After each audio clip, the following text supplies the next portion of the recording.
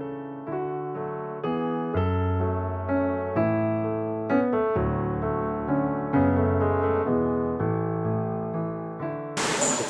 so before we get started, I'm just going to quickly announce next month we have Dr. Moriarty, I believe is the chair of the archaeology department over at Castleton University. He's going to come here, and I'm forgetting the terminology, but the new technology where you can like scan and just build things off of the scan. 3D camera and printer. Imaging or something. Anyway, he's going to bring something here to demonstrate. Apparently they've been using it on old artifacts to create copies. He's going to come here with that, and following his sort of demonstration and talking a little bit about that, we're going to have a mini antique roadshow. Oh. So, if you got some, obviously for this we're talking objects as opposed to, photos or whatever. But you got some things you want to show, and so we'll be getting something out on that, but so that should be kind of exciting. Tonight we have Beth Brown from the Vermont Covered Bridge Society, who's going to talk to us about what it is they do.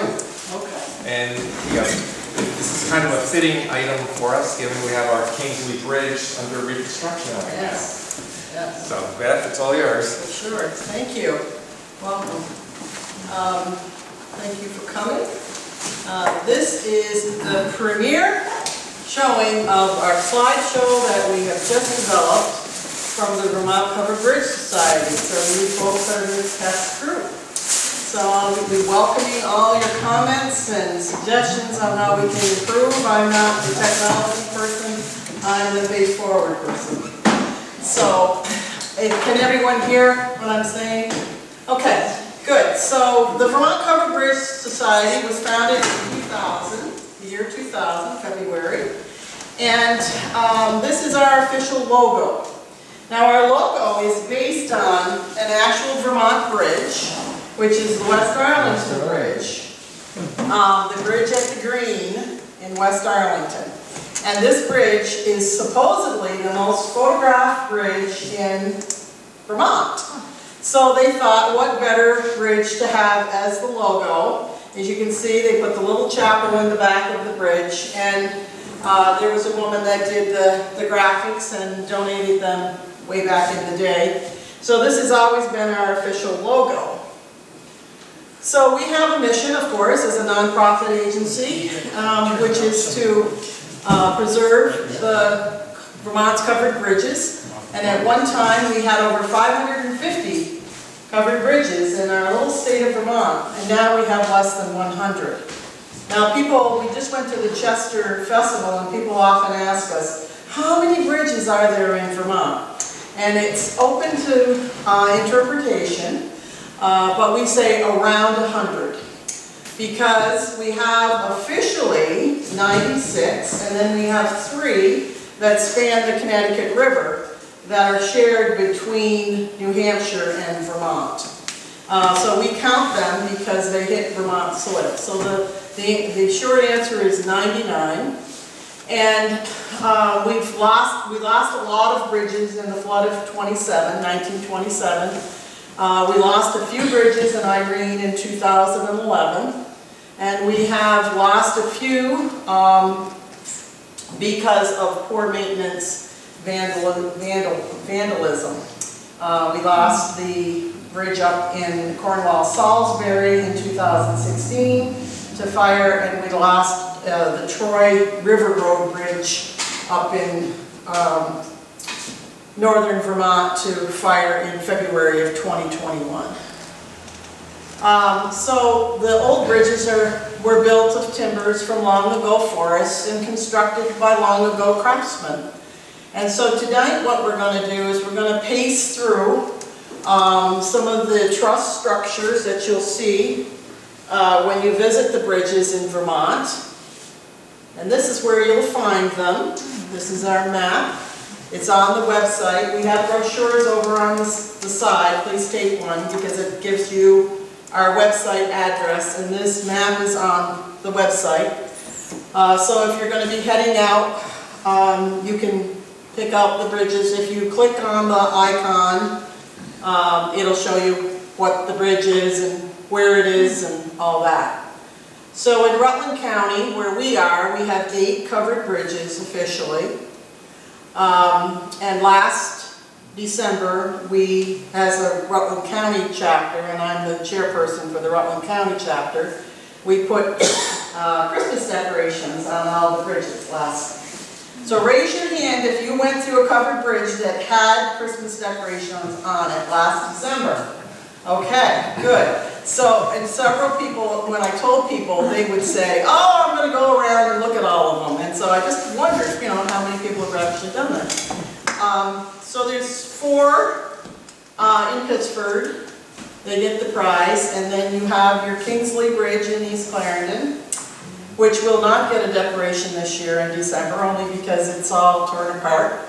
But I did get a status report on that last week from Jim Ligon, who is the engineer-in-chief down there.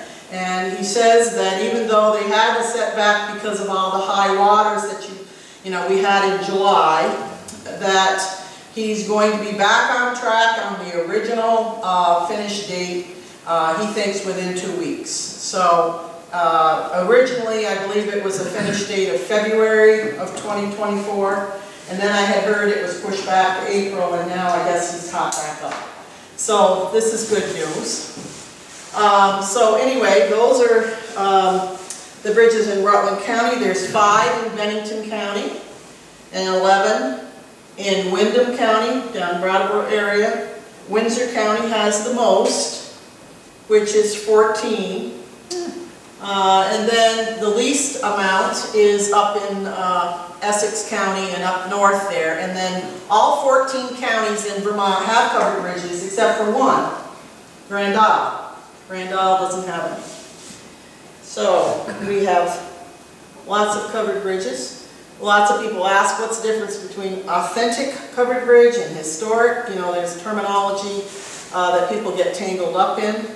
So I thought we should probably define this. The authentic refers to a span that's supported by wooden or mostly wooden structures, regardless of the age.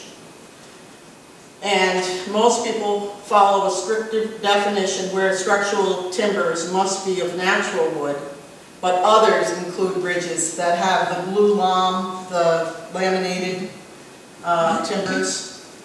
And historic refers to those structures supported by wooden or mostly wooden trusses and built during a time when the use of wood was the most economical choice, and that includes most of the 19th century, and depending on the region may extend to as late as the 1950s. However, from a historic preservation standpoint, any structure over 50 years old is often referred to as historic. So we're going to pace through some of the trusses that you can find. These are all the trusses that you can find. This is work of Peter Cosgrove up in Pittsburgh. And he just gifted me this because he found out I was going to be on the talking circuit. And so, but we had put some on the slideshow also. So the first one we'll talk about is the King Post Truss. Now this is not a master class in truss structure. I'm not an engineer. In my first life I was a nurse for 40 years. And now in my second life I seem to be devoting a lot of time to the Vermont Covered Bridge Society. But we'll go through and have a couple examples of each truss structure. So this is the Pine Brook Bridge that has a king post. Now king post is usually for very short spans. And this bridge actually up in Waitsfield. Has anyone ever seen this little bridge? It's on a back road. It's the cutest little thing. And it's the shortest bridge in Vermont for those trivia groupies that we have here. A lot of people think it's the Holmes Creek or the Lake Shore Bridge up in Charlotte. That's the shortest one, but this one is actually the shortest one. And it's not very long. And then another example of the king post truss structure, and that's a good picture of the interior. It's found down in Rockingham on the grounds of the Vermont Country Store. And this bridge was moved from another location, obviously, years ago, and they were going to make a whole Victorian village there, but I don't think any of the other structures from the village showed up. So just the little bridge is there, and it has a little badge on it that says the Kissing Bridge, and it's kind of cute. But it's a very good example of a king post structure. Then we have our queen post, because what's a king without a queen, right? So the queen post is a very popular one, also in Vermont.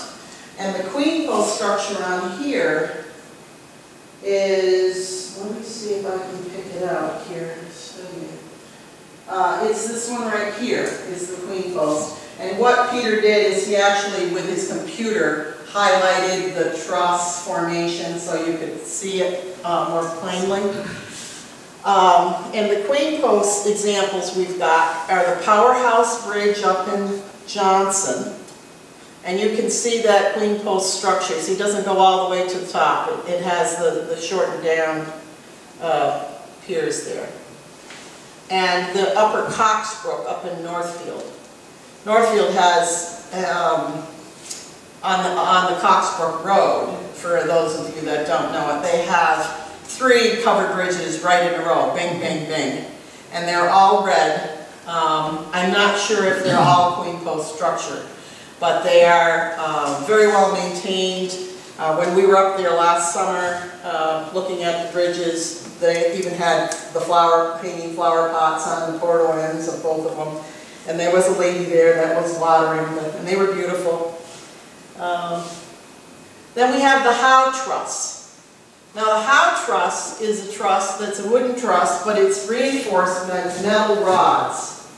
And Peter's picture of it is real good, right here. It's this one right here. And you can see the metal rods. Now these kinds of bridges were most often used for railroads. So the Rutland Railroad Covered Bridge in East Shoreham is the very classic example of the Howe Truss. You have to walk into this bridge.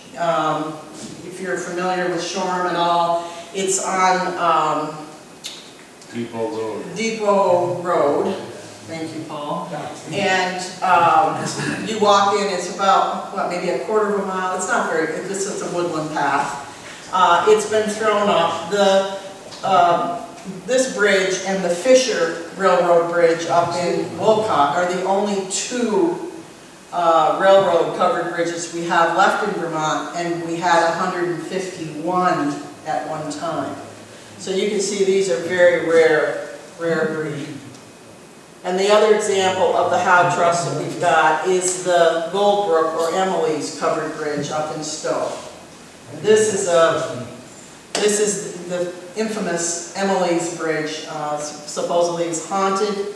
The legend is that there was a young girl way back in the 1800s who was jilted at the altar, and she lived in a nearby farm, and on her way home from having her loved one run off, she hung herself in the bridge.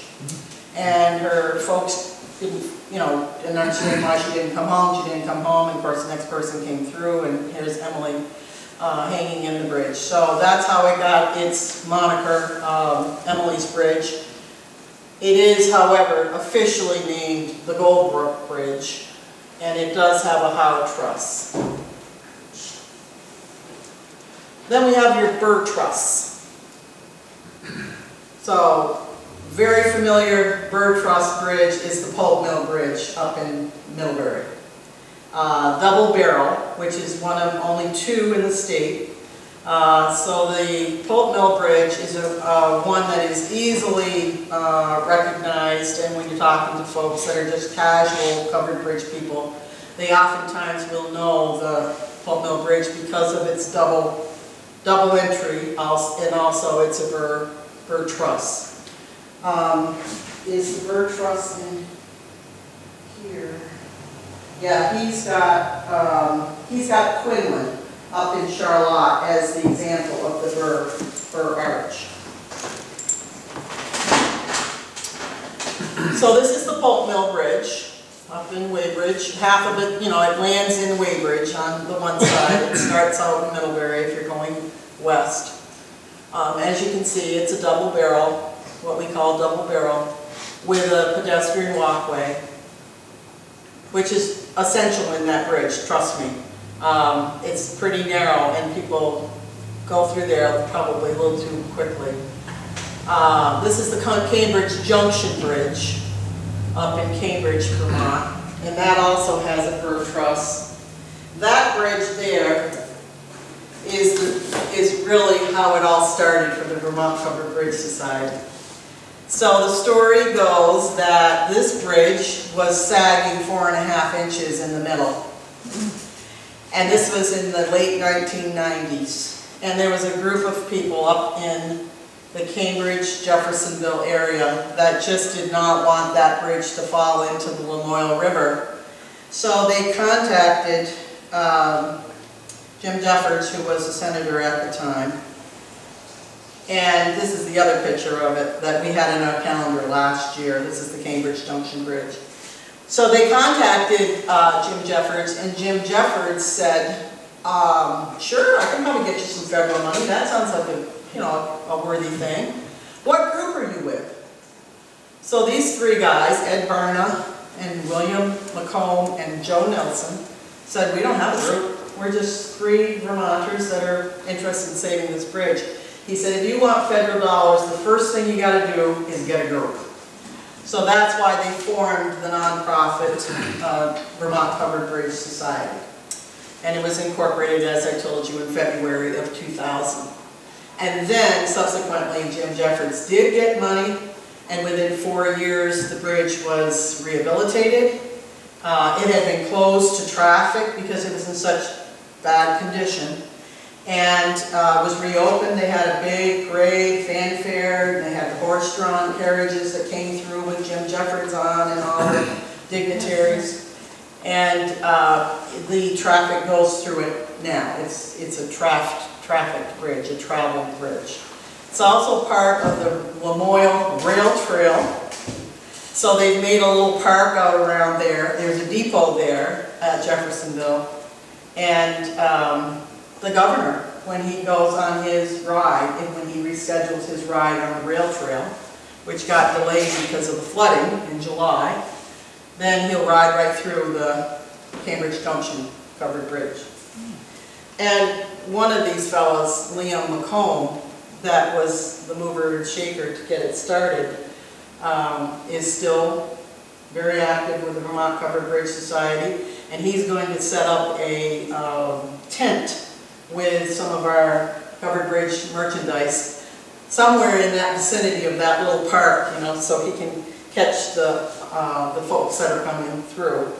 There's also a safari. That's the National Society for the Preservation of Covered Bridges is going to be going on in that next weekend, and they're going to be covering a lot of the northern Vermont covered bridges, this being one. So he's hoping to catch that crowd too. This is the town lattice structure, and you folks, of course, know the brown covered bridge over on Cold River Road, off Cold River Road, and that has a town lattice structure. That bridge, the brown covered bridge, is one of my favorites, not because it's any relation to anybody that I know of in my brown line, but because it is the only bridge in Vermont that is a National Historic Landmark. Now that's different than a National Historic Site. A National Historic Landmark is a step above the National Historic Sites.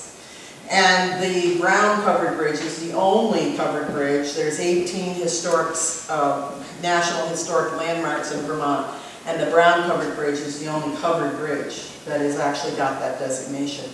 So that is on that plaque, which you'll see before you go through the brown covered bridge.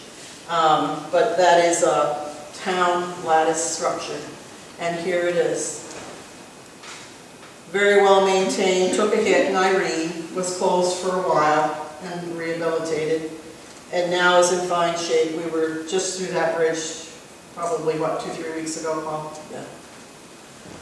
This is the Hutchins Covered Bridge up in Montgomery. And up in Montgomery, Vermont, which is way up there, you know, you're pretty close to Canada, in Franklin County, they have 6 covered bridges in one town. So when you go there, it says, "Welcome to Montgomery, the covered bridge town." But they're all town lattice bridges. So I was talking to a fellow from Montgomery, and he said, you know, our problem is that people say, well, you see one bridge and I'll see all 6, because they're all the same truss formation. And to some degree that's true, but, you know, the setting is always different, and the condition of all 6 of them, I will say, I saw these all last October, and they're all in very good shape. Some of them carry traffic, some of them do not, but most of them do. And then we have some unique trusses in Vermont. We have the Sayers Bridge over in Thetford that has what we call a modified hop truss, not trust. And the Tassville Covered Bridge, which is a combination of queen post, king post, and burr arch. So we're going to talk about a few of the bridge builders. The one that most you folks, of course, know is Nicholas Powers. And Nicholas Powers actually built the building that we're standing in. He was a carpenter, and he built barns, and he built all kinds of buildings, but he also built covered bridges.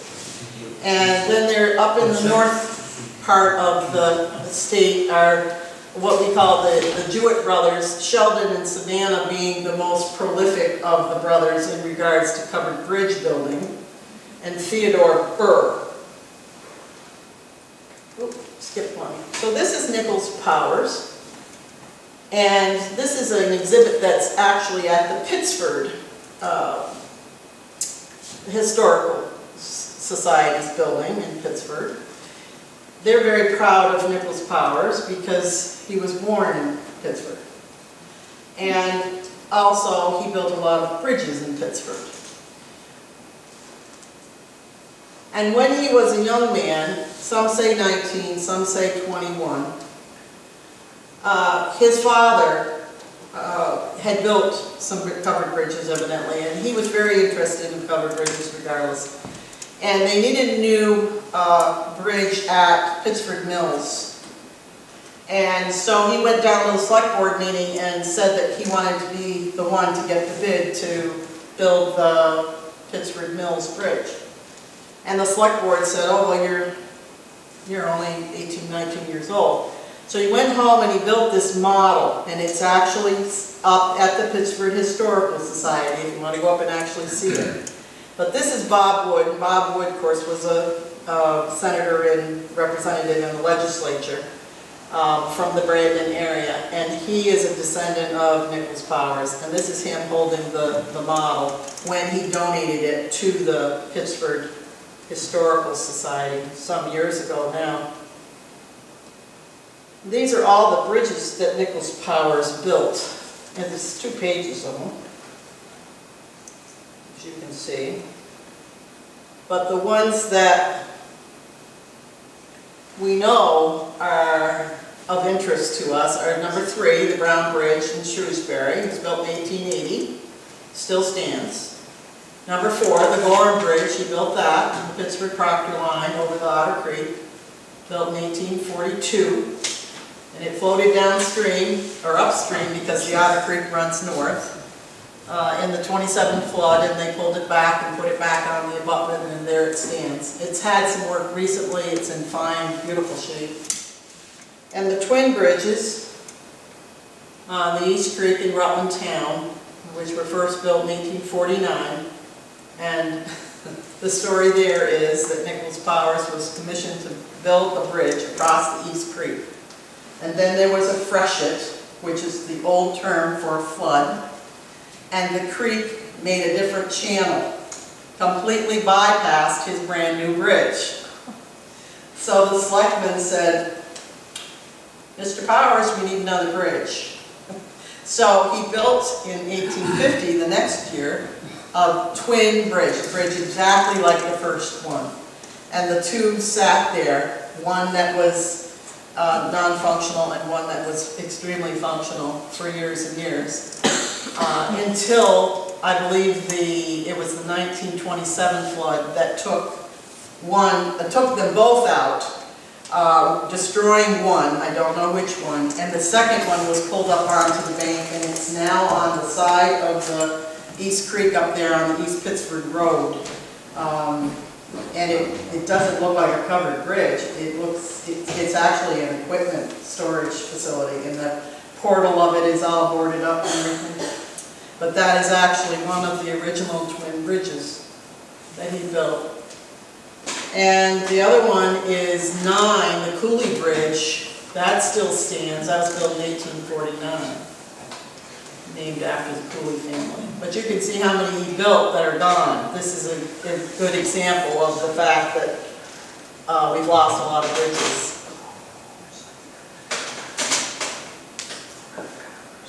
And so the Pittsford Mills is that last one, and it says that it was built in 1837 when Powers was only 21 years old. So this slide says 21.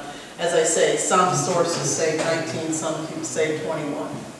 But his father had to sign the contract so that if there was any kind of a problem, it would fall back on the elder. And these are the Jewett brothers. These are the fellows that are up around Montgomery-ish. And you can see Sheldon is the last one on the top row. And then Savannah is next to him, right? Is that what that's? Yeah. Yeah. So those two guys on the top right are the most prolific, but they built a lot of those town lattice bridges that are still up there. And some of these, the Jewetts, the descendants, are members of the Vermont Covered Bridge Society. You know, it's been passed down through generations, you know, the interest naturally. And these are some of the bridges that they built. A lot of these bridges are still standing. The Longley Bridge was rebuilt just recently in 2017, but used the same footprint and the same structure. Hopkins Bridge, that's still there. Creamery Bridge, Comstock Bridge, these are all Montgomery. Fuller, Hutchins. Now the Hectorville Bridge, it was in Montgomery, and the book that I was referencing when I went on my tour last October had the Hectorville Bridge in it. And I went, Hectorville Bridge isn't there. The Hectorville Bridge was dismantled, and it sits in a lumber yard with a tarp over it with the truss just, well, some say that, you know, it could be reconstructed, and some say that it's well rotted down by now. The Clack Bridge, that's been gone since 1950. And the others, West Hill is still there.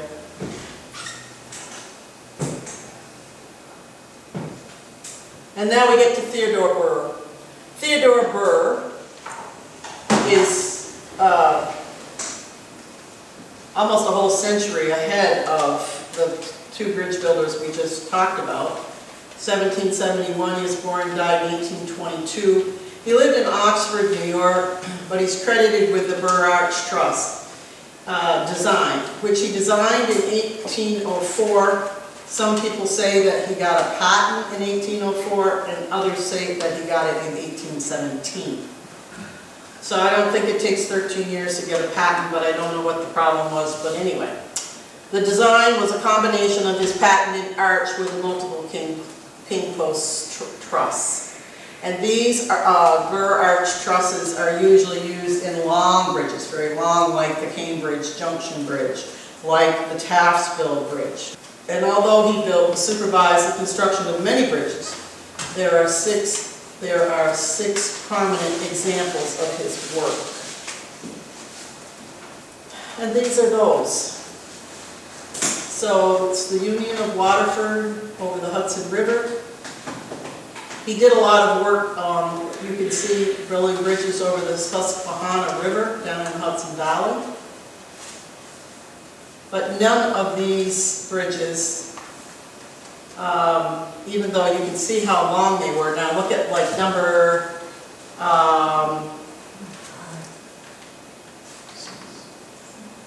is it 6? No, 4. 4 is 11 spans and 2,876 feet long. Now that's a bridge. And 6 is 18 spans. Look at the 6, 18 spans, 4,170 feet long. That's a bridge. The longest bridge that still stands in the world is up in New Brunswick, Canada. We don't have that distinction. There is a Theodore Burr Covered Bridge Resource Center in Oxford, New York, as you can see. I don't know whether this man had any part in building this building, but it's pretty impressive here. And the Pennsylvania, which Pennsylvania has the most covered bridges of any state in the United States. And then it's Ohio, and then it's Vermont, and then it's Indiana. And when we went out to Indiana, we've been out there several times, but when we went out last spring, we went to church and the pastor said, oh, I think we have more covered bridges in Indiana than you do in Vermont. And I said, no, I'm afraid not. I hate to correct you, pastor, but we have around 100 and you have 80. But that Indiana's quite a small state too, so they're doing all right. And they have covered bridge festivals out there, and they have all kinds of things. But the Pennsylvania people, the name of their organization for Covered Bridge Society is the Theodore Burr Covered Bridge Society. It's not the Pennsylvania Covered Bridge Society, which is kind of confusing for folks that are not covered bridge experts. So let me tell you what we've been doing just recently. We got some new banners this year. This is a picture of it. We got our old banner did not have all the new QR code on it, and the Twitter and the Facebook and the Instagram business. Same logo though, of course, and same mission. And we've recruited a lot of new members in the last year. Last year we recruited between 40 and 50 new members. And I don't know where we're at this year, but there's been a groundswell of interest in the Vermont Covered Bridge Society. And every member of the Vermont Covered Bridge Society helps to accomplish the mission of saving Vermont's covered bridges. You're invited to 2 meetings a year, spring and fall, usually June and September, at various locations in Vermont. We move the meeting around. Last year, the first year that we'd had a meeting after the pandemic, we had it right here in this room. So that was the Rutland County meeting. I'm the events coordinator. And so then in the spring, we went down to Bennington, and we went to the bridge at the Green in West Arlington. We rented the picnic pavilion out in the back of there, and we had our meeting in the picnic pavilion, and it was great because we had a meeting and had our lunch, and we're looking across at the bridge. And then in next week, not this weekend, but the following weekend, the 30th of September, we're going over to West Woodstock. And our meeting for Windsor County will be in West Woodstock at the Senior Center over there. And next spring we'll be up in Chittenden County in Charlotte. So we move around. It's never the same amount of driving for anybody. You get a quarterly newsletter, and I have some extra issues of the spring and the summer quarterly newsletter on the back table. If you want to take one when you go, you can see what that's all about. We have an exclusive member portal that our vice president is our tech geek. And he has just this spring and summer been working on a member portal for the website. And then we have lots of committees and events that you can work on if you'd like to volunteer. And of course, every member and everyone that goes through a covered bridge is a bridge watcher in regards to, how's it looking? Are there a lot of leaves in there? Is there litter? Is there any boards missing? And then we go to events around the state. We went to Jeffersonville, 4th of July. Last year was our first year up there with the booth. Went again this year. And we went to the fair last year. We went again this year. We're in the Vermont building. And this is a picture of the fellow that donated that bridge model. It's a bridge model of the Hammond Bridge. And he and his father started it years ago, and he came last year and he said, hey, I've got a model, do you want it? And we said, sure, we'd love it. So he donated it to us, so we took a picture of him. That's what our booth looked like. And then this is the spring meeting that I told you about down in West Arlington. We had a silent auction, raised over $400. This is the fall meeting last year at this location. And then what we do is we have 10 o'clock, we say 10 to 10:30 meet and greet. And then at 10:30 we try to herd cats and get everybody into a business meeting until noon. And then we have a lunch, and at 1 o'clock we have a speaker. And then at around 2:30, 2:45 we go on a caravan to the local bridges. So last year we went to the Brown Bridge. So this is the picture that we took of the folks that went on the caravan. It's an optional thing. Some people don't want to do that, some people do. We also had a speaker here last year who was one of your hometown boys, Nick Strom Olson, who came and talked about his great-great-great-grandfather, Nicholas Powers. So that was a very interesting program. We had a display case at the Fairhaven Welcome Center in July. Fairhaven Welcome Center has 2 corner cases, and they let you put a display in there free of charge. You have to sign up a whole year in advance, but I signed up last summer, and so this is the display that we did. The red framed, that's a jigsaw puzzle that Peter Cosgrove has developed. It's 21 covered bridges in New England. A wildly popular item at our booth. Sold 16 in 3 days at the Rutland Fair, and sold 16 in 6 hours in Chester on Saturday. A lot of people like jigsaw puzzles. This is us at the Chester Festival just 2 days ago.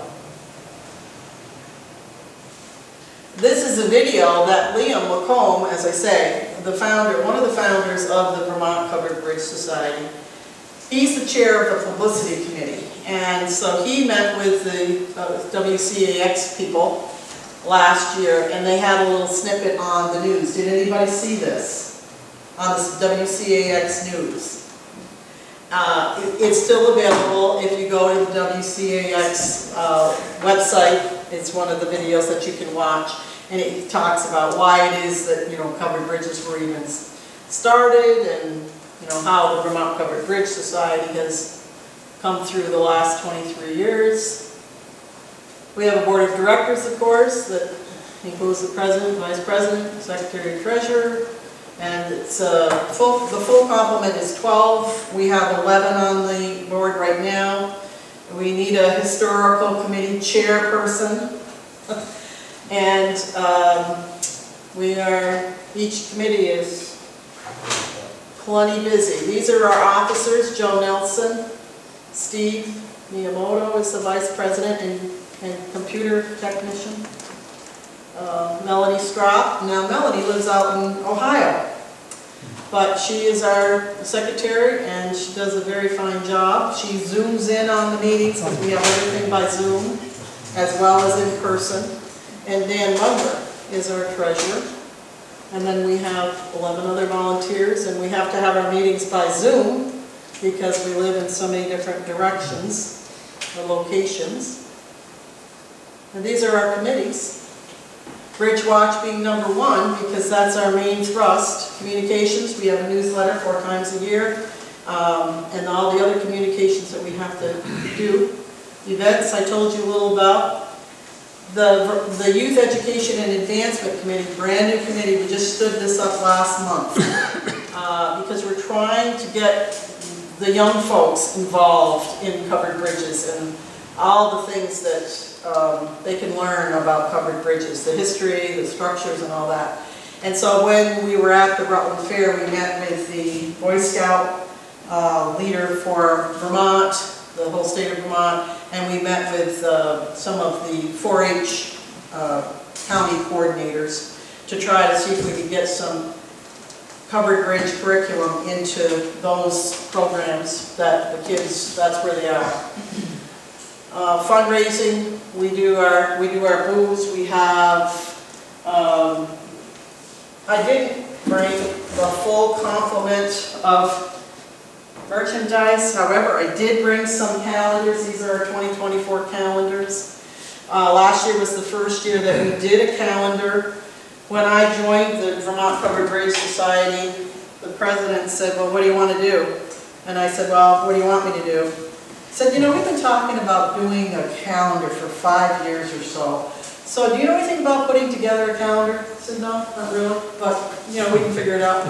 And so we did, figured it out. We decided that we were going to buy just 200 because we didn't know how they were going to sell. So many people use their iPhones for their calendars now.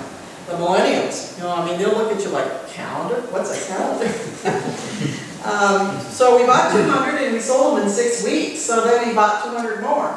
So we sold 400 of our 2023 calendars. And last year, the theme was that my idea was to try to make people understand that covered bridges are part of the tapestry of our lives. We kayak under them, we fly fish under them, we swim on a hot summer day underneath them, we ride our motorcycles and our bicycles through them, and that type of a thing. So not every picture has a recreational activity, but a great number of them did. And so this year, we decided to take the people out. You know, Peter Cosgrove, he's so funny because I said, well, you have any pictures of covered bridges with people in them? He said, oh, heck no. He said, I go to the covered bridges and if there's people there, he says, I wait for them to leave before I take the picture. So this year, there's no people in the pictures. But there's different covered bridges that are featured in the calendar this year. This is Downers. This is Hall Covered Bridge down over the Saxons River in Rockingham. This is the Green River Covered Bridge down in Guilford. 8 miles on a dirt road outside of Brattleboro, but it's worth the trip. Beautiful little community there. This is the Halpin up in Millbury. Martin, up in Marshfield. Lincoln Gap. Lincoln Gap Bridge is all torn apart. Don't go see Lincoln Gap unless you want to see a naked bridge. It's like the Kingsley. Don't go unless you want to see a naked bridge. The engineer, big timber contractor, his name is Miles Jennis. He lives in Huntington, as he says, where he was brought up and settled down. And he is working on this bridge right now. Having just returned, this Miles Jennis, I'll give Miles Jennis some props. Miles Jennis just got back from Paris, France, where he was rebuilding the dome of the cathedral over there at Notre Dame. So this man has some chops, and he's now rebuilding the Lincoln Gap Bridge. This is Cambridge Junction again, a portal picture. I showed you earlier the long side view. This is the portal picture that we have in this year's calendar. Of course, we have to have the West Arlington. So many people wanted to know if West Arlington was in last year, so we got to put it in this year. This is one of the, again, town trusses up in Montgomery. This is Hutchins. This is Martin's Mill in Heartland. And then, of course, you gotta have the red bridge with the white snow for December. And in the back is our mission, of course, and our credits. And on the back of each of these calendars, we decided we would put the picture of Vermont and then the location of the bridges that are in the calendar. So these are the ones for last year, these are the ones for this year. We have 99, so we have a few more years that we can make calendars. These are $15 a piece, and there's some over on the table if you'd like to take one with you tonight. I believe my husband, Paul, in the red jacket is going to be the cashier. I am? Well, he is now. So that's a little bit about what we do on fundraising. Historical, we just rented some climate-controlled storage this year in Williston. Climate-controlled storage, if you don't already know, is a pretty rare animal in Vermont, but there is a new U-Haul facility up in Williston, and we were able to get a small unit. So we've got, photos that people have donated to us. We have a whole library that Maury Tripp, who was a very avid Covered Bridge fan, had collected during his lifetime, that what he willed to the society. That's in there now. So yeah, we've got places to put things. And people, approach me often and say, I have some Covered Bridge pictures. There's a guy that came to me in Chester just yesterday and said, his mother had been taking Covered Bridge pictures since the 1930s. And, what was he going to do? He was getting on in years. And so he was heartened to know that if he donated them, that, they would at least be preserved in the climate-controlled storage. The Legislative Watch, this is one of the fellows up in Jeffersonville who's a charter member, and this is kind of his bailiwick, and he keeps track of what's going through the legislature in regards to anything to do with covered bridges and bills. Membership, I told you a little bit about that and the benefits thereof, and publicity, and that's Liam, and he's, contacted, as I say, the radio, I think he was on the radio, but the TV station. And this is the Boy Scouts, and I told you about how we're hoping to collaborate with Boy Scouts. And so that's pretty much it. That's what we're all about. So is there any questions? Yes, sir. Do you know what Nicholas Powers, which kind of structure did he use, or did he vary things, or did he have his own way? Well, we know he built the Brown Covered Bridge, so that's town lattice, all right. He also built the Cooley Bridge up in Pittsford. So that is, Paul, I didn't bring my book. You're gonna really stretch me here, but I don't, the Cooley Bridge I don't believe is a town lattice. I think he did mix it up. I think he did. That's a very good question, and one I should research for sure, so that would know this is our picture from December of last year's calendar of the Cooley Bridge. But I do not believe that is a town lattice. I believe that is I want to say it's a queen post or a king post because it's not very long. But my uneducated answer would be I think he mixed it up.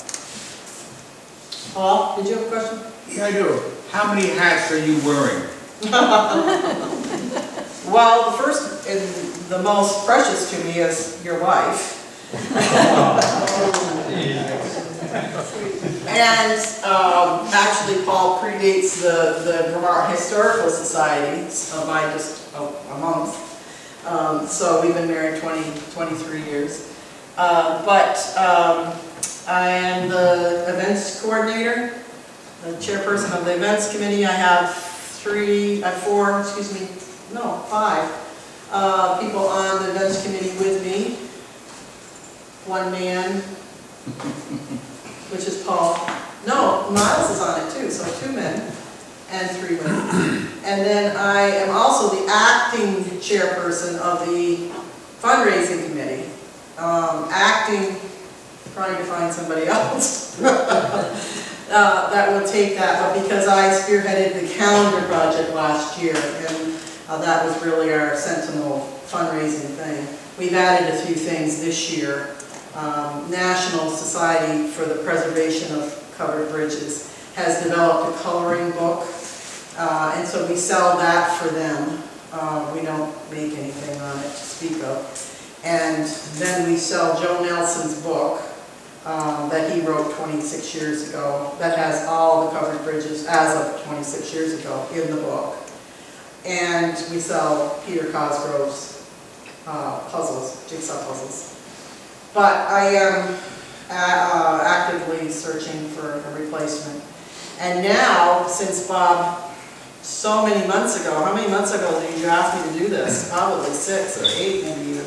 January. Yeah, probably on some nice snowy day, he's sitting there going, okay, so who can I call up or who can I email to get to him?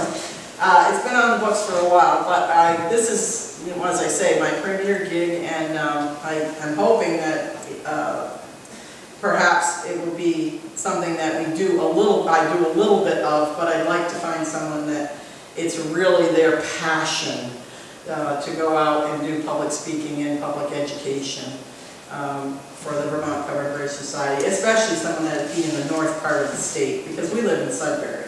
So, I mean, the southern part of the state is no big deal. And in fact, I had a couple people over at the Chester Festival that approached me. The Grafton Historical Society wanted me to come down. And, I believe the other one was Weston, but my notes are at home. So anyway, I do have a couple things that we can pass around so you guys can look at these if you want. This is something that was made back in 2000 or 2001 by one of our board members, John Weaver. He's an engineer, used to work for the Vermont Transportation Department. And these are things that came off of the Orne Bridge. Or these are brand, when the Orne Bridge was rebuilt, and I'll show you a picture of the Orne Bridge. Is that the one up in Coventry? That's in Coventry, yeah. So the Orne Bridge it's a paddleford truss, and the paddleford truss, we didn't talk about it in the slideshow, but Peter has it here. This is the paddleford right here, this one right here. And this is the Orne Bridge, and it was rebuilt using the same paddleford truss. And so the pegs, or the tree nails they call them, they're also called trunnels, are the ones that hold together the structure at the pivotal points here. So a tree nail would hold together the beams. Yes, sir. There's a covered bridge at the Shelburne Museum, Yes. I think. Is that owned by the museum? It is owned by the museum. Is that one of your 100? It is. We have private and publicly owned, meaning state-owned. There's 5 state-owned bridges in the state. The Eureka Schoolhouse down in Springfield, it has the previous Baltimore Bridge on that site. That's state-owned. The Scott Bridge in Townsend, that's state-owned. The Hammond Bridge in Pittsburgh, the one we almost lost in this last flooding in July. 2 days of the water being above the floorboards by this much, and the bridge held. And Peter Cosgrove was down there with his video camera about every 12 hours, I think, waiting for the thing to go, but it didn't. Now, that bridge actually did go in the flood of 27. It was carried a mile up the creek, because Water Creek flows north, and landed in a farmer's field, and the flood was on the 5th of November in 1927. They just waited for the river, Otter Creek, to freeze, and they just hauled it back down and put it back on the abutments, and there it stopped. But to answer your question, Well, I got 2 more. oh, okay. All right. What One are is they? Pittsford. Pittsford. Off to the, excuse me, Pittsfield. Pittsfield. Pittsfield's off to the right side as you're going into Pittsfield. gotta be a privately owned bridge, it's not one that we. So it's got a board in there that used to be a stairway. Oh, okay. You know, it's got the paint like that. Yeah, so the 5 state-owned bridges are Hammond, let me see if I can get this right. Hammond, Baltimore, in Hammond in Pittsburgh, Baltimore, Scott in Townsend, help me out, Paul, where are the other 2 state-owned bridges? Well, the rail, or the, Covered Bridge one? Rutland Railroad, up in East Shore, that's state-owned, and the Fisher Railroad Bridge in Wolcott, yes, those are the 5. The privately owned bridges, you know, there's a nice, very nice, covered bridge down south of Woodstock on, what is that road? But it's in Reading. 106? Yeah, I think it's 106. And that bridge, the guy built as part of his driveway. And he just did it like maybe 10, 15 years ago. It's a beautiful bridge though, beautiful bridge. But that's not on our list. Okay. No. And how about, and so the Pittsfield one might not be? No, the Pittsfield one is probably not on. And we were recently up in Underhill. And there's a bridge up there that crosses, what was it, the Brown River? Brown Stream or Brown River or whatever. And somebody said something about, well, is that part of your, and I said, I didn't even know it was there. So yes, people build, you know, covered bridges. I don't know if they're probably not an actual truss that is doing the work of the bridge, if you will. They're probably what we call a stringer. You know, they've got the beams or the I-beams or whatever underneath the bridge, holding the bridge up. But they make the structure cosmetically look like a covered bridge. And there's a covered footbridge at the Rutland Fairgrounds. Yes, there is, yes. And is that one of the 100? No, it is not. No, it is not. But it's a cute little bridge. I was over that bridge. I actually took a picture of a couple of our members when we went over to see the 4-H people. We had by there, so we took a picture of a couple of the members. The one thing I'd like to add, there's a collection of paintings of various things in Vermont down at the Southern Vermont Art Center in Manchester. And they're from Lyman Orton, who's with the Vermont Country Store, and it's a terrific show. In one room, or thereabouts, is all uncovered bridges. Oh, is it? But many other things in Vermont. Oh, that's nice. It's a great, many rooms and a couple of stories Yeah, that's nice to go know. through. I will tell Liam McComb, the publicity person, about that, and maybe he can get some kind of a little something going with that. Yeah, and it's the Southern Vermont Art Center off of West Road, just you know, from the old Route 7, Ways Lane comes up, and then On Route 30. I don't think so. It's on West It Road. says- It's up the mountain from West Road. Which is that road off Route 30. Well, West Road is off of Route 30. Yeah. oh yeah, so at the far other end, it is off the 30. Yes. Yeah. Yes. Yeah. And then it comes out. It's on down by the Equinox Hotel. Right at the Equinox. Right Yes. at Yes. Right. Any other questions, Paul? I was just informed that the Cooley Bridge is a lattice work. It is. Okay, good. You checked it out. All right. Thank you so The back much. row. I stand corrected. I usually don't leave home, and I really mean this, leave home without Joe Nelson's book that has all the covered bridges in it, because of course at the Chester Festival, you know, people wanted to know, you know, now what's the name of that bridge, or, you know, I went by a bridge on my way here, and what could that have been, you know, and so I use it as I call it the Covered Bridge Bible. It's a great reference, but I came away without it tonight, and I apologize. Yeah, I only live a mile away from that. My little brain was saying that, geez, I thought that was lattice, so I Yeah. double checked. I know Depot is, because I was just through Depot the other day, and boy, Depot looks great now. The other thing They about put the floorboards covered back down. bridges, the other thing about covered bridges that I didn't hear you mention was they are on the geocaching maps as locations for hidden treasures inside the bridges. Oh, they are. I did not know that. I do not do that. And there's one in the Cooley Bridge. Oh, is there? Oh, okay. And are you associated with that? No, one of the fathers there has the geocache map location on his Yeah. phone and all that. So we were driving around and there was one in there. Interesting, okay, good to know. Because I think someone was actually talking about that would be a great thing to do, and somebody's already done it. Perfect. Anybody else? Yes. The Brown Bridge. Yes. You said it has a secret status, there's It's something a National there. Historic Landmark. Why is that? I do not know, I think someone that was pretty savvy, that lived in Shrewsbury, and wanted to draw attention to that bridge, did all the paperwork, all the legwork necessary. Senator And Jeffers.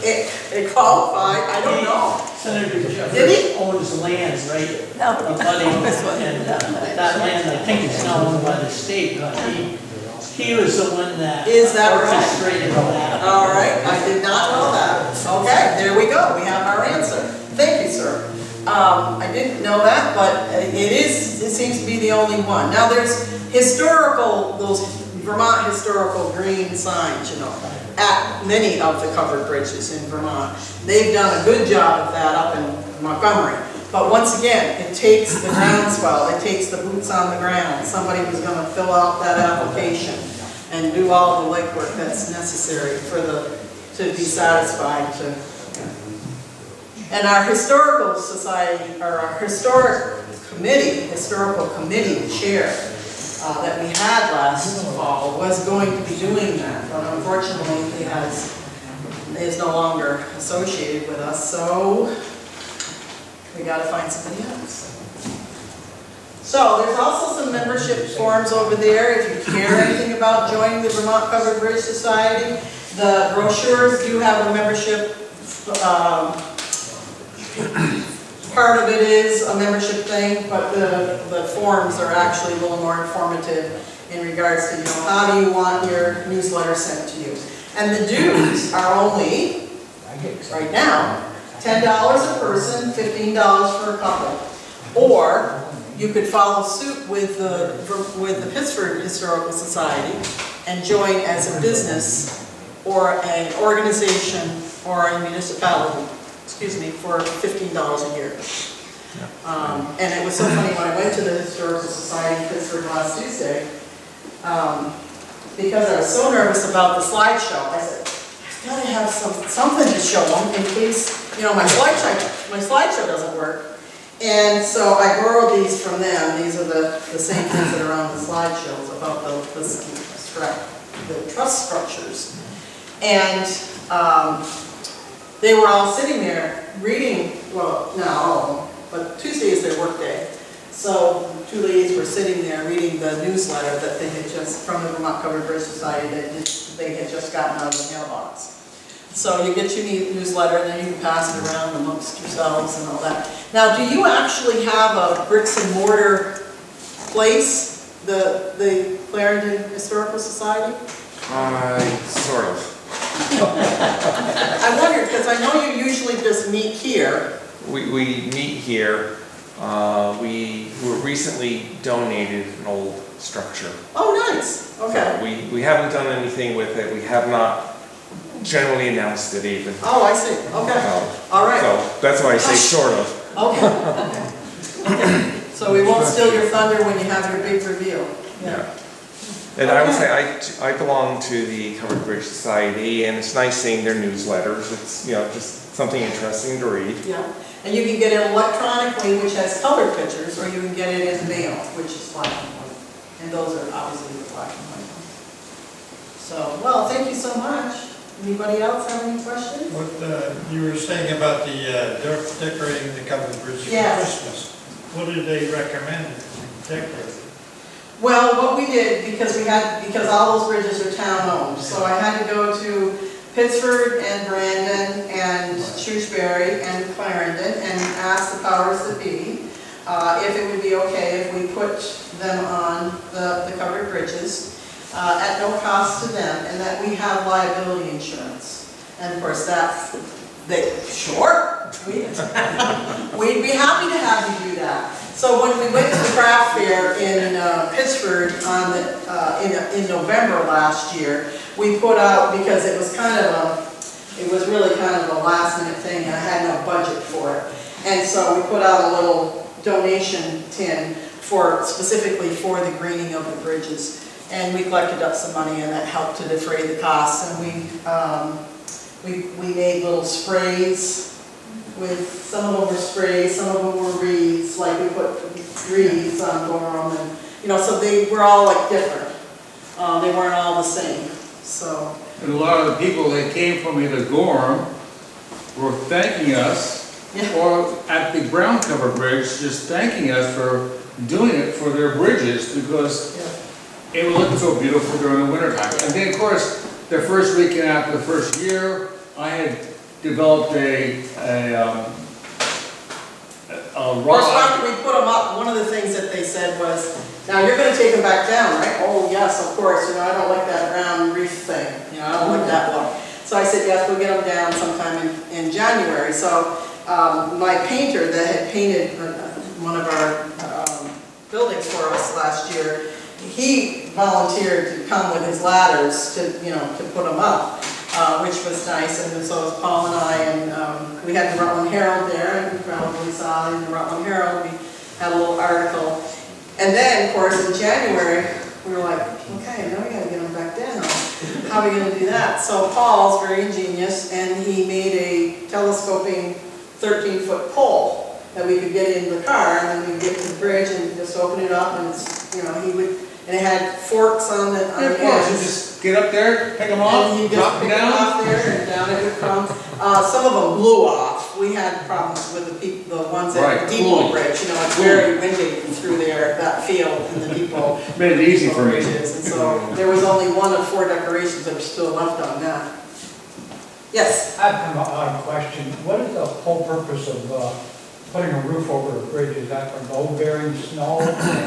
Longevity? The purpose is to protect the truss. Okay. The actual beams, and because of our harsh weather, primarily snow, but rain also, and so that they would last. Right, that's the purpose of them. Are covered bridges common down south? There are some covered bridges in the south, not the deep south, not Florida, not Louisiana or Mississippi, but there are some in Georgia. Georgia has one. And we had, I think they have more than that, Paul, because they were going to put together a caravan. National was going to put together a caravan that was going to include Tennessee and Georgia, and I guess maybe they had to toggle several states together to get the caravan to go. But where was it that the one guy, was it Jersey? They said they have one bridge in New Jersey. He's very proud of it. He had one bridge in New Jersey, one covered bridge. One in Wisconsin, one in Ontario. Yeah. And that's where you get into the authentic versus the historic and all that. Yeah, and the roofs would also protect the flooring. If you Yes, go back to town meeting, the annual town reports, and we have them back to to the 1850s, and it's like one of the primary expenditures the town had was replacing floorboards of the bridges. The wood would rot. And you go back in those old town reports too, and you'll sometimes find that they had someone that was responsible for snowing the bridge back in the sleigh days. And so they had, as part of the Royal Road crew, or they hired him up, the towns, and he would be responsible for going down and putting a load of snow in that bridge so that the sleighs could get through. Why are windows in covered bridges? Paul, you see, believe it or not, he's like a plant, isn't he? He's like a plant. So this was a trivia question that we were going to use at one of our, and our meetings are very fun. We had a silent auction, and some of the silent auction things were bid, and so that was easy. But then we had 23 items to celebrate 23 years of being in existence, so we had some items that didn't have any bids, so I said, well, so we had kind of a live auction at the same time, and a stand-up comedy routine at the same time. But anyway, one of the trivia, we often play, we'll often throw out a trivia question for a door prize. If you know the answer, then you get the door prize, whatever. But the question is, why are windows more prevalent in long bridges than they are in short bridges? Anybody got any ideas? For lighting. For lighting, yes. I will accept that answer, but it's not the one I'm looking for. To let wind come So through? what did you say? To let wind come through? Well, yeah, for ventilation, yeah. I will accept that answer too, but that's not the one I'm looking for. So think about when were the times that the covered bridges were built? It was horse and buggy days. So, can you control where your horse is gonna? Take it down? So they would put windows in the long bridges so they could throw the horse manure out the window, not have to walk to the other end. I thought you were gonna say they backed up the horse. And you heard it here first. All right, folks, well, thank you so much. It's been a pleasure. Thank you.